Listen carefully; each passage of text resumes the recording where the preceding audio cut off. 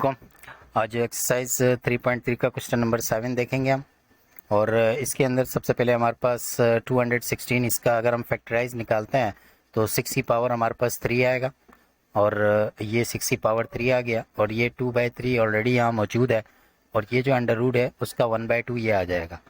Then 125 की factorisation 5 की power 3 है और ये पावर 2 ऑलरेडी यहाँ पर मौजूद है और ये रूट का 1/2 आ जाएगा इसके पास। और 0.04 जो है तो वो हमारे पास स्क्वायर है 0.2 का। 0.2 को जब हम 0.2 से मल्टीप्लाई करते हैं तो हमारे पास 0.04 आता है, तो इसलिए 0.2 का स्क्वायर ले लिया यहाँ पे।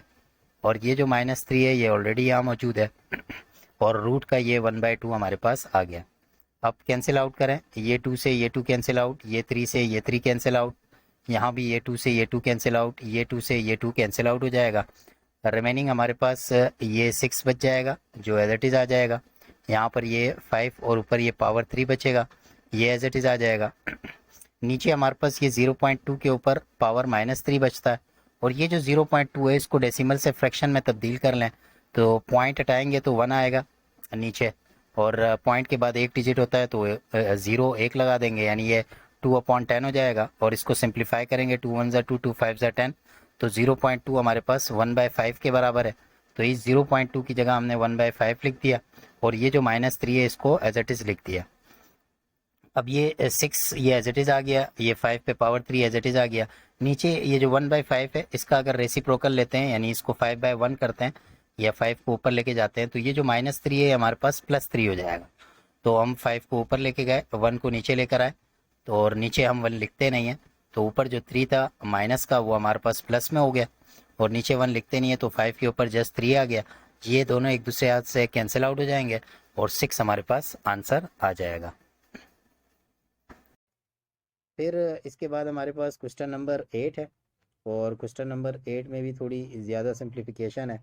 तो अगर हम देखें क्वेश्चन नंबर 8 के अंदर तो सबसे पहले आपके पास यहाँ 4 है, 4 की फैक्टराइजेशन 2/2 होती है और ये 6 को 1/6 पावर में हमने लिख दिया। इसी तरीके से 27 की फैक्टराइजेशन 3 टाइम्स होती है तो वो लिख दिया और उसके साथ 1/3 लिख दिया। और इसी तरीके से 60 जो है आपके पास √60 जो होता है उसकी 60 की जो हमने फैक्टराइजेशन ले ली तो वो फैक्टराइजेशन हमारे पास 2 2 3 और 5 आ गई और √1/2 होता है तो 1/2 लिख दिया हमने। इसी तरीके से 180 की फैक्टराइजेशन करेंगे तो कुछ इस तरह से होगी और उसके ऊपर 1/2 आ गया अंडर रूट का। और 0.25 जो है हमारे पास अगर उसकी सिंप्लीफिकेशन करें तो हम जानते हैं पॉइंट हटाएंगे इसका तो नीचे 1 आता है और ये 25 दो डिजिट्स हैं तो 2 0 आ जाएंगे तो ये 25/100 हो जाएगा। और 25 1 ज़ा और 25 4 ज़ा, यानी आपके पास इसकी 1/4 सिंप्लीफिकेशन आ जाएगी। तो इसकी जो है सिंप्लीफिकेशन 1/4 आ गई और इसके ऊपर जो पावर 3 थी अंडर रूट के साथ वो 1/3 में आ गई और 9 3 इंटू 3 होता है और ये 1/4 आ गया इसके साथ।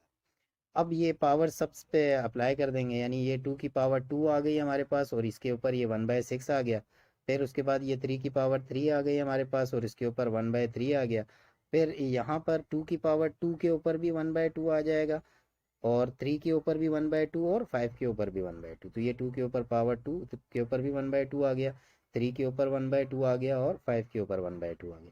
नीचे 2 की पावर 2 के ऊपर ये 1/2 आएगा, फिर ये 3 की पावर 2 के ऊपर ये 1/2 आएगा, फिर ये 5 के ऊपर। तो यानी ये इसी तरह 2 की पावर 2 पर, 3 की पावर 2 पर और 5 के ऊपर 1/2।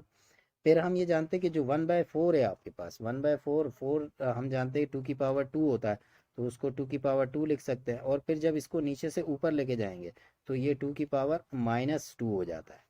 तो यही सिंप्लीफिकेशन यहाँ पर हुई हुई है इसकी जगह कि ये 1/4 1/2 की पावर 2 में हुआ और उस 2 की पावर 2 को नीचे से ऊपर लेके गए तो 2 की पावर -2 हो गया और ये 1/3 जो है वो यहाँ पर आ गया।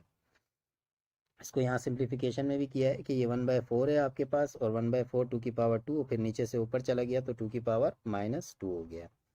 फिर इसी तरीके से आपके पास अगला जो है वो 3 की पावर 2 और उसके ऊपर 1/4 ये वाला यहाँ पर आ गया। अब कटिंग करें जो कट सकता है, जैसे कि ये 2 1 ज़ा 2 3 ज़ा, फिर 3 3 से कट गया, 2 2 से कट गया और ये तो कुछ भी नहीं कट रहा है एज इट इज़ रह गया। फिर यहाँ से 2 2 से कट गया, ये 2 2 से कट गया और लास्ट के अंदर ये 2 इस 2 से कट गया। तो हमारे पास जो बच जाएगा एक तो ये 2 के ऊपर 1/3 बचेगा, फिर उसके बाद ये जो 3 है ये सिंपल बच जाएगा फिर ये 2 सिंपल बच जाएगा, ये 3 के ऊपर 1/2 बचेगा, ये 5 के ऊपर 1/2 बचेगा, नीचे ये सिंपल 2 बच जाएगा, ये सिंपल 3 बच जाएगा, ये 5 पे 1/2 बच जाएगा, ये 2 के ऊपर -2/3 बच जाएगा, और इसके ऊपर आपके पास 3 के ऊपर 1/2 यानी ये वाला 1/2 इधर बच जाएगा। अब उसके बाद भी ये इससे कैंसिल आउट हो जाएगा, आपके पास ये 5 1/2 इससे कैंसिल आउट हो जाएगा, फिर ये 2 इस 2 से कैंसिल आउट हो जाएगा, ये 3 इस 3 से कैंसिल आउट हो जाएगा, जस्ट 2 के ऊपर 1/3 और ये 2 के ऊपर -2/3 हमारे पास बचेगा। तो ये जो 2 के ऊपर 1/3 है वो एज इट इज़ लिख दिया, इसको नीचे से ऊपर लेके जाएंगे तो -2/3 आपके पास +2/3 हो जाएगा। तो यानी 2 के ऊपर 1/3 और 2 के ऊपर 2/3 हमारे पास ये चीज़ आ गई। अब इसके बाद आपके पास हम जानते हैं सेम बेस आपस में मल्टीप्लाई हो तो पावरें ऐड हो जाती है, तो बेस को एक मरतबा लिखेंगे 1/3 आ जाएगा और 2/3 आएगा, डिनोमिनेटर सेम है तो न्यूमरेटर ऐड हो जाएंगे, 3/3 होगा, 3 1 ज़ा 3, 3 1 ज़ा 3 यानी 2 के ऊपर पावर 1, तो सिंपली 2 हमारे पास बच जाएगा। तो उम्मीद है कि आपको ये सवाल समझ में आ गया होगा। अस्सलामु अलैकुम।